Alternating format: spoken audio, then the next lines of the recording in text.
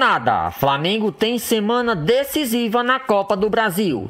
Salve nação rubro-negra, estamos chegando com todas as notícias do clube mais amado do país. Carrascal é apresentado e fica à disposição do treinador Felipe Luiz. Jogador chega como possível substituto de Arrascaeta no meio-campo. Cebolinha e Michael estão de volta e ficam à disposição do treinador do Flamengo. Essas e outras notícias do Mengão iremos acompanhar agora em nosso canal. Bora falar de Flamengo, começando aqui o Globo Esporte. Amanhã o time tem que vencer na casa do Galo para conseguir a vaga nas quartas da Copa do Brasil, né? Richard Souza já tá em BH, inclusive no estádio, trazendo as últimas do Flamengo pra gente. Fala aí, Richard, tudo bem, cara? Fala, Escobar, tudo bem? Um abraço pra você, um abraço pra todo mundo que tá com a gente. Pois é, já estamos aqui no palco desse jogo. O Flamengo tem que vencer, pelo menos por um gol de diferença, para levar a decisão pros pênaltis. Se vencer por 2 ou mais gols, fica com a vaga nas quartas de final. O time fez o último treino no Ninho do Urubu, aí no Rio, viu, Escobar? Hoje pela manhã, última atividade antes da viagem aqui para BH. Arrascaeta fez exame ontem na coxa esquerda, não tem lesão, está disponível para o Felipe Luiz, assim como Jorginho e Bruno Henrique, que contra o Ceará deixaram a partida com dores musculares. O Samuel Lino viralizou uma imagem dele mancando na saída do jogo lá em Fortaleza, mas também está tudo bem com ele. Ponto de atenção, Luiz Araújo, ele foi poupado contra o Ceará. Ontem não foi para o campo no Ninho do Urubu, então fica a expectativa para a divulgação da relação dos jogadores que virão para cá. O Flamengo tem chegada prevista no fim da tarde, serão 2.500 rubro-negros amanhã por aqui, Escobar. Ser melhor que ele, ninguém ousa. Um abraço para você, querido. E antes da decisão, deu tempo de apresentar mais um reforço, né? Mas para jogar a Copa do Brasil, só se o Flamengo avançar. Ele deve pintar no time no fim de semana pelo Brasileirão. No cabelo arrumado, no brinco, Jorge Carrascal tem um visual comum a um jogador de futebol. E uma tatuagem quase única. Sabia que ele estava aqui. Nos enfrentamos na Rússia. Um dia, um amigo meu me disse: "Você já viu o chupão que aquele cara tem tatuado? Tem um chupão muito grande, não paramos mais de rir." Tem um chupão muito grande, le dije. O beijinho no pescoço é muito parecido com o do Ayrton Lucas. Em campo, as características são diferentes. Aos 27 anos, o colombiano Jorge Carrascal chega ao Flamengo para ser a sombra do ídolo Arrascaeta. Acho que não tem que ser uma competição se vou ser o substituto dele ou não. Quem vai jogar vai depender do treinador. O importante é que todo mundo ajude o clube a ganhar títulos para sermos felizes. Carrascal deve estar à disposição para o jogo de sábado contra o Mirassol no Maracanã pelo Campeonato Brasileiro. Pude falar com o Felipe, ele está me orientando mais ou menos o que quer, me apresentando o projeto, como jogam. Carrascal foi o primeiro reforço da janela com quem o Flamengo abriu negociação e o último a chegar. O interesse de um outro clube retardou o acerto com o Dínamo de Moscou. Ontem, ao vestir pela primeira vez a camisa do Flamengo, ele parecia não ter dúvida de ter feito a escolha certa. Eu estava na seleção e me deram a notícia. Eu disse sim sem pensar.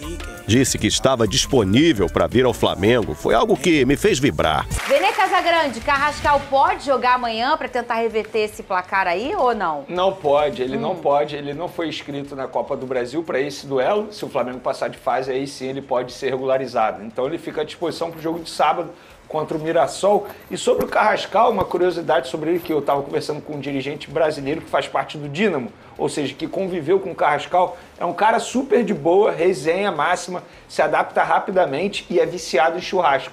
Tanto é que ele acabou esquecendo uma churrasqueira que ele utilizava lá na Rússia. Ele falou, vou ter que comprar uma aqui no Rio de Janeiro. Então, assim, é um cara que vai chegar muito bem ao time do Flamengo. E, além disso, ele, embora esteja custando um valor extremamente alto, 12 milhões de euros, mas ele não chega para ser a solução do problema do Flamengo. Muito pelo contrário. Ele chega para, entre aspas, compor o elenco, fazer parte do elenco e brigar por uma vaga no time titular, no caso do Arrascaeta, porque o entendimento da comissão técnica e da diretoria é que ele chega para suprir a ausência do Arrascaeta quando o Arrascaeta não puder jogar, for convocado, porque a gente sabe que o Arrascaeta tem muitos problemas físicos. Então, acho que foi uma boa contratação, uma contratação interessante. Potencial ele tem para se firmar no time do Flamengo. Agora ver se ele vai se encaixar de uma maneira rápida ao estilo de jogo do técnico Felipe Luiz, que a gente sabe, tem que ter paciência. É um jogador colombiano, está chegando agora no futebol brasileiro, tem que se adaptar, tem esse período de adaptação como qualquer outro estrangeiro. Mas potencial ele tem e o time do Flamengo está pronto para recebê-lo, para ele suprir essa ausência do Arrascaeta quando for necessário. Mas o Lucas Pedrosa, Vene Casagrande trouxe essa curiosidade sobre Carrascal. Sim. Vamos relembrar, essa novela tá há tanto tempo para acontecer, para ter o desfecho, né? Um mês e meio, Vene? Não, o dia exatamente que começou, eu perguntei a uma pessoa do Flamengo. Dia 3 de maio foi o primeiro contato. Olha só! 3 de maio. Muito tempo. 3 meses, e né? ele foi, 3 meses praticamente, porque ele foi anunciado agora em agosto, no começo de agosto. Exatamente. A gente já tá aqui em agosto. Lucas Pedrosa, já falamos várias vezes aqui, mas agora que o homem chegou, sim, o outro beijinho no pescoço, fala pra mim, lembra pro pessoal as características desse jogador como jogador, sem ser do churrasco, senão a gente vai se perder de novo. Tá bom. Ele é um jogador que atua mais pela meia esquerda, é muito talentoso, tem muita habilidade, pode jogar como camisa 10 centralizado, mas ele gosta mais de puxar da esquerda para o meio, justamente numa posição que o Arrascaeta muitas vezes já preencheu com a camisa do Flamengo. Acho sim que é uma posição que o Flamengo precisava reforçar justamente para não acontecer o que aconteceu na última partida. O Saúl, ele não é um meia como o Arrascaeta, ele é muito mais um distribuidor. Ele é um cara que deveria, na minha visão, na minha humilde visão, jogar até de segundo homem ou até terceiro homem. O Arrascaeta é o meia armador. E o Carrascal é esse cara. Só que eu acho que o Carrascal ele tem mais características técnicas de drible do que o Arrascaeta. O Arrascaeta é um facilitador, ele é muito inteligente, ele pensa muito rápido. Você não vai ver o Arrascaeta driblando 2, 3 jogadores, até porque a questão física dele não permite. Ele é o cara que dá o drible curto e dá a assistência ou tenta bater no gol. O Carrascal ele é mais plástico, digamos assim. Mas, obviamente, é um jogador que está numa prateleira abaixo do Arrascaeta, que ele vai ter que lutar para poder conseguir seu espaço. Porém, como um suplente, eu acho que o Flamengo fez um baita investimento, é muito bom jogador. Vene, e tem atualização dos lesionados do Flamengo? Como é que tá aí? Quem pode pintar amanhã? Vamos lá, as boas notícias são Michael e Cebolinha, que treinaram ontem com os demais jogadores, devem treinar hoje, e aí ficou à disposição para o jogo de quarta-feira.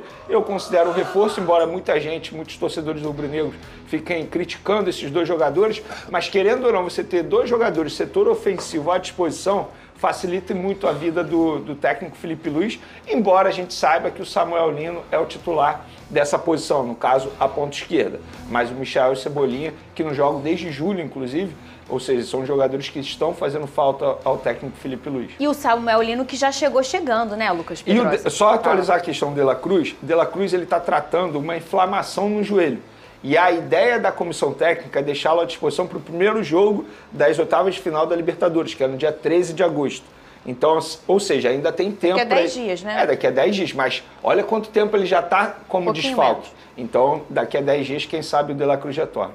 E o Samuel Lino chegou com tudo, né? Ele fez um ótimo jogo contra o Atlético Mineiro, um cartão de visitas. Claro que o Atlético Mineiro já estava bem desgastado, porque tinha corrido bastante ali naquele jogo contra o Flamengo, apesar de ter feito um jogo até melhor na minha visão. Quando o Samuel Lino entra e o Alacian entram ali naquela ponta esquerda, o Flamengo cresce no jogo e quase empatou justamente num gol que o Samuel Lino estava impedido. Contra o Ceará, foi Ceará? Isso. Foi Ceará. Contra o Ceará, eu acho que ele fez um jogo mais modesto, mas é completamente normal uma adaptação de um jogador que está chegando agora, que está totalmente se adaptando aos seus companheiros. Repito aqui, eu não acho que ele vai ser um cracaço que vai botar o futebol brasileiro debaixo do braço. Não enxergo ele dessa maneira. Enxergo ele como uma peça que vai agregar ao jogo do Flamengo. Em relação a Everton, Cebolinha e ao Michael, acho que o Samuel Lino é um jogador mais pronto, mais agudo, que parte para cima e que pode justamente conseguir fazer algo que o Felipe Luiz às vezes tem dificuldade quando enfrenta times com bloco baixo, que é justamente esse 1 contra 1 para você quebrar a defesa. O Samuel Lino tem essa qualidade com a perna direita principalmente, mas tem facilidade com a perna esquerda, tanto para poder assistir seu companheiro quanto bater no gol. É um jogador agressivo, cara. É o tipo de jogador que realmente você precisa ter para você destravar essas defesas adversárias. Até porque, Pedrosa, se o Michael e o Cebolinha estivessem bem, o Flamengo não iria atrás do Samuel Lino. O Samuel Lino vem justamente para suprir essa ausência desses dois jogadores que não dão conta, tanto na parte técnica, na parte tática também não dão conta e na parte física. Dois jogadores que a todo momento estão no departamento médico. E o Samuel Lino, o histórico dele, é totalmente diferente. Não é um jogador que tem o histórico de lesão. A lesão mais grave que ele teve foi no joelho, uma torção, mas não foi processo cirúrgico, muito pelo contrário. Foi um processo ali que ele fez tratamento e pronto. Então, eu acho que por conta disso o Flamengo foi atrás de Samuel Lino. Só que o Samuel Lino enfrentou contra o Ceará a grande dificuldade que ele vai ter aqui no futebol brasileiro. Grama. O gramado do Castelão é horrível. Você vê que o Samuel Lino ele teve dificuldade para o estilo de jogo dele, de carregar a bola, de driblar, esse 1 contra 1, o gramado atrapalhou demais. E isso ele vai até ser falou um grande do Maracanã, problema, né? Ele falou que o do Maracanã é pior do que Exato. o do futebol espanhol. E é óbvio, ele vai ter que se adaptar. Porque lá na Espanha é padrão. Todos são ótimos. Inclusive do Wanda Metropolitano, que era o estádio do Atlético de Madrid, é perfeito, é um estádio absurdo, assim. Então ele vai ter que se adaptar Inclusive a essa situação. agora é grama sintética, quarta-feira. Lá na Arena MRV é grama sintética, algo que ele não tinha lá no futebol espanhol na Europa. Aí não sei como ele vai se adaptar a isso. Às vezes o cara até prefere. No sentido, ele pode até não externar isso, mas ele prefere um gramado sintético que é perfeito, de retilíneo, do que talvez um Castelão que é mais pegado. Claro que o jogo muda, mas pro atleta que é rápido, que é veloz, que parte para cima como ele, talvez seja algo interessante. E a adaptação para um gramado sintético é mais rápido do que um esburacado. Porque o sintético, você precisa de uns minutos ali, talvez de um tempo, um jogo, e aí ele vai pegar Allianz, Newton Santos, outros estádios no Brasil. A arena do Atlético Paranaense, que tem o sintético, né? Sim. Mas para você entender os buracos, só quem joga ali todo dia. Ele vai aprender a entender ali. É pior, eu acho. Eu acho pior porque, por exemplo, ele vai dar um drible. Cara, ele tem um movimento na cabeça dele, um gesto técnico, que tá muito claro, que ele vai dar um tapa pra cá pra dar um tapa pra lá. Se tem buraco, a hora que ele der o primeiro tapa, a bola quica, ele perde a bola. Contra o Ceará isso aconteceu, teve um lance no primeiro tempo, que nitidamente foi por conta do gramado, que ele errou o drible. Sim. Mas o gramado atrapalhou nitidamente, pelo menos eu pude ver ali na transmissão. Vene, tem drone do Matheus Gonçalves? Tem outro clube de olho nele? Tem, o CSK da Rússia. Lembrando que foi o Cruzeiro que já estava de olho nele. O Cruzeiro estava de olho não, tinha fechado, né? Sim. Só que o jogador ficou sabendo durante um jogo do Sub-20 que ele não ia mais, que o Flamengo havia desistido. E agora o CSK da Rússia enviou uma carta interesse ao Flamengo. Isso é normal, tá? Isso acontece. O clube vai, envia uma carta e fala, a gente tem interesse na contratação desse jogador. Agora os empresários do atleta, que são do escritório do Juliano Bertolucci, vão se reunir com o Flamengo para entender quanto que o Flamengo deseja em uma proposta para poder vender o Matheus Gonçalves. E o Flamengo, ele topa vender o Matheus Gonçalves. Mas a gente sabe que pelos valores que iriam ser feitos com o Cruzeiro, não serão mais. 3,5 milhões de euros por 50%. Então esse valor a gente já sabe que o Flamengo não vai aceitar. Tanto é que o Grêmio fez uma proposta, o empresário nem levou para o Flamengo por conta disso. Porque os valores o Flamengo não iria aceitar. Eu sou a favor de vender, porque quanto mais o tempo passa, menos ele é utilizado e com isso ele vai se desvalorizando no mercado. Ou vende agora por um bom valor, ou o tempo vai passar e o Flamengo vai perder a oportunidade boa de fazer um bom dinheiro com o Matheus Gonçalves, que é bom jogador, tá? Mas para o Felipe Luiz ele não está tendo muitas oportunidades. Pois é, e talvez a Rússia seria o melhor destino para o menino. Assim, a gente tem que sempre lembrar que se adaptar a um novo país, ainda mais para um garoto, às vezes é difícil. E a gente está falando da família, dele, de tudo. Sim. Clima, comida, cultura e etc.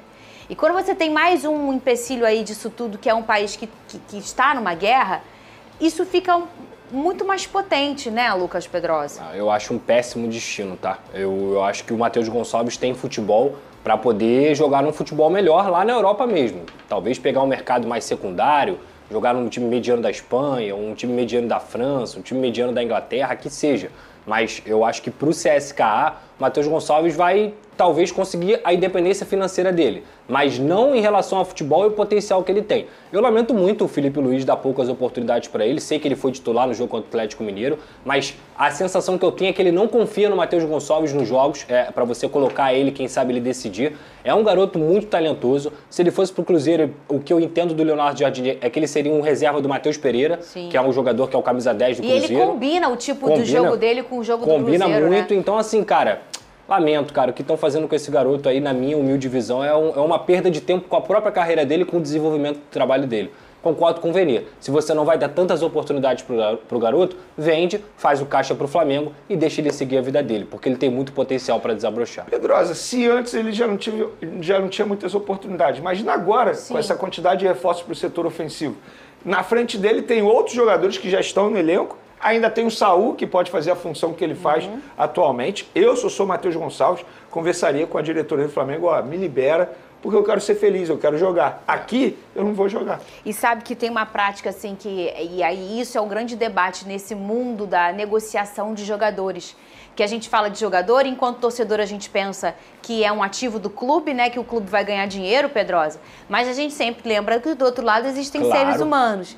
E às vezes você até escolher ou aceitar negociar por um valor que não era o que você talvez sonhava, mas entende que para o jogador era o que ele queria. Às vezes você abrir mão um pouco de um valor é um mundo romântico, mas nem sempre é um mundo real, né, Pedrosa? E a postura do Matheus, pelo menos o que eu acompanho, é uma postura de, cara, se você não vai me utilizar aí, eu desço pro Sub-20 para jogar, para poder me dedicar. Se você vai me utilizar, eu tô aqui à disposição, tô treinando bem. Então o garoto, ele tá tendo mesmo dentro desse imbróglio todo, já teve possível venda para fora, já teve possível venda pro Cruzeiro, e ele sempre sendo segurado, sempre de alguma forma minando um pouco esse desenvolvimento dele. Eu acho que o Matheus Gonçalves continua com a cabeça bem fresca. Então, cara, tem que pensar no que é melhor para ele e ele mesmo talvez verbalizar isso. Olha, eu quero sair, eu quero seguir minha vida, porque, novamente, cara, é um garoto que sempre mostrou potencial, sempre foi muito acima da média na base e talvez essa situação no Flamengo vai só perder espaço.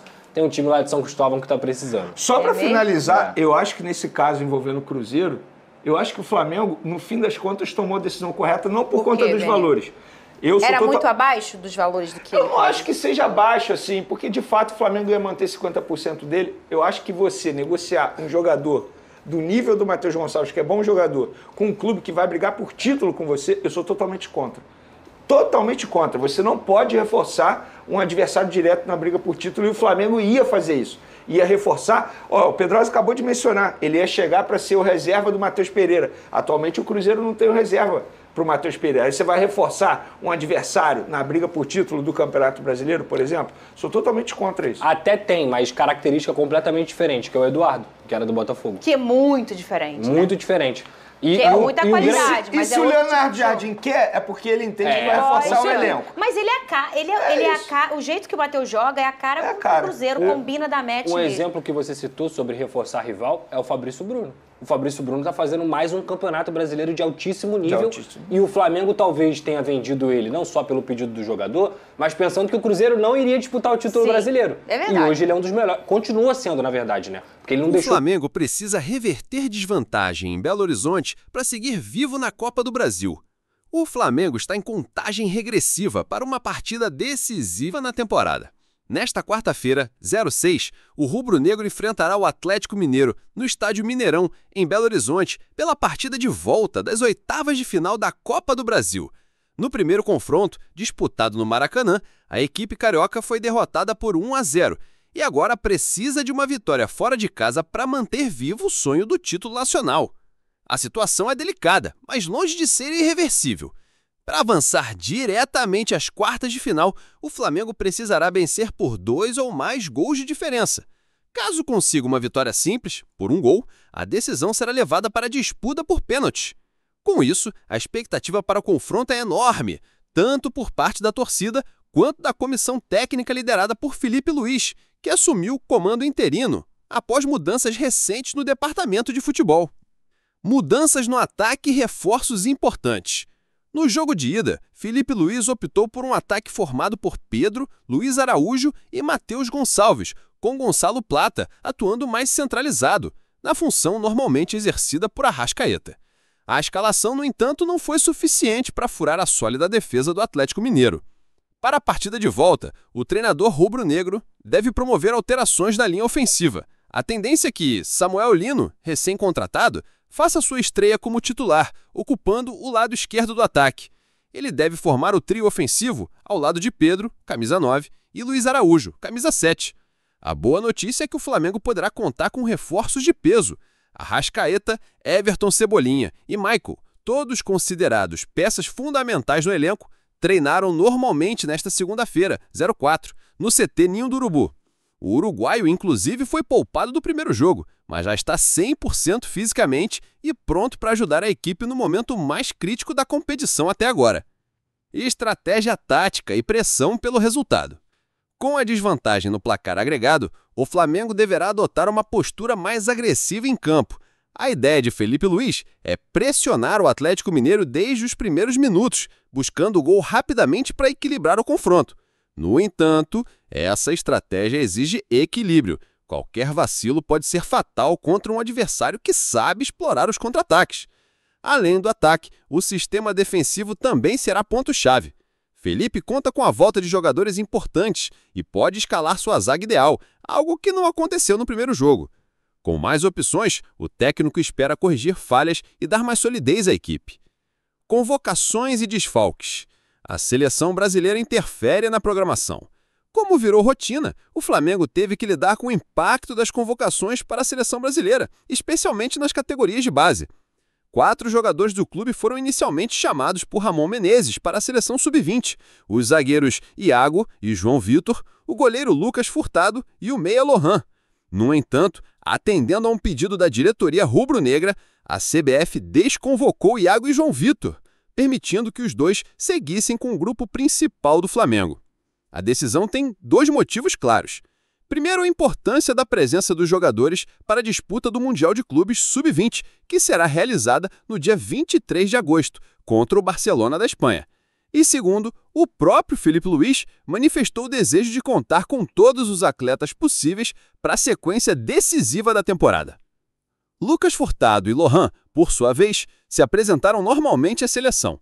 O compromisso contra o Paraguai, marcado para os dias 8 e 11 de agosto, serve como preparação para o Mundial Sub-20. A equipe brasileira, vale lembrar, já garantiu a classificação para o torneio, após excelente campanha no Sul-Americano. Copa do Brasil, mais do que um título, uma necessidade estratégica.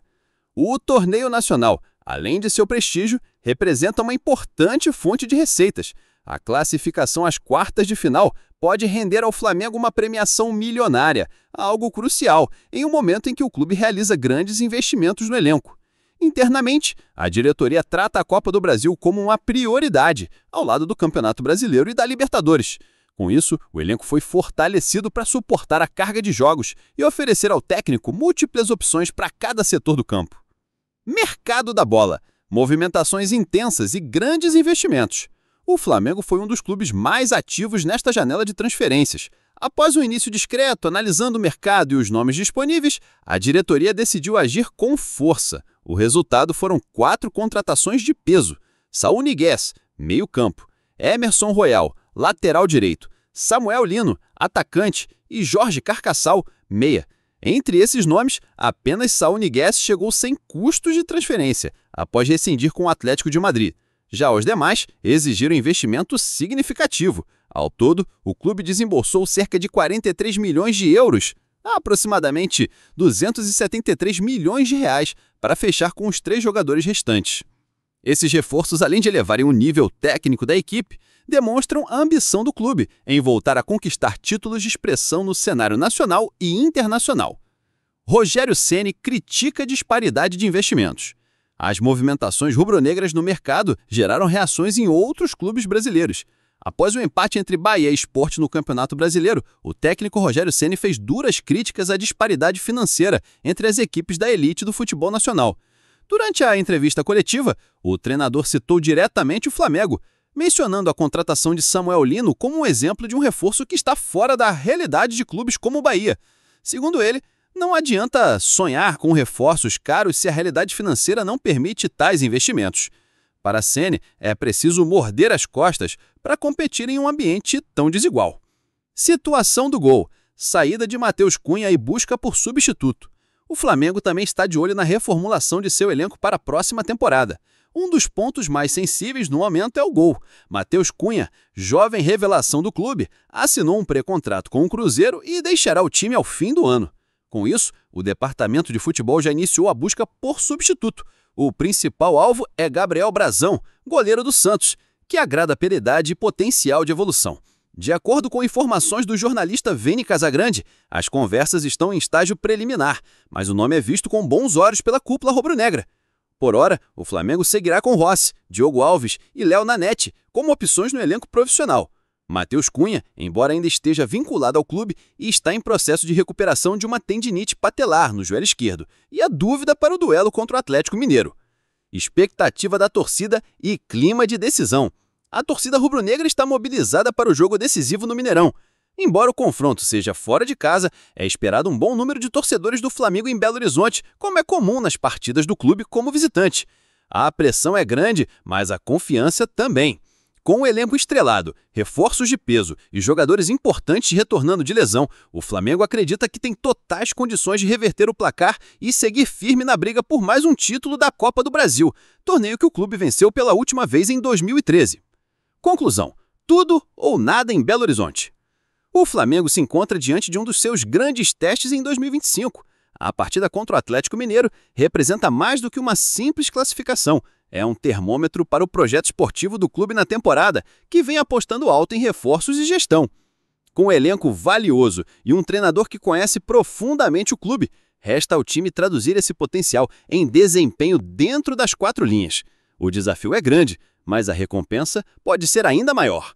Agora é tudo ou nada em Belo Horizonte.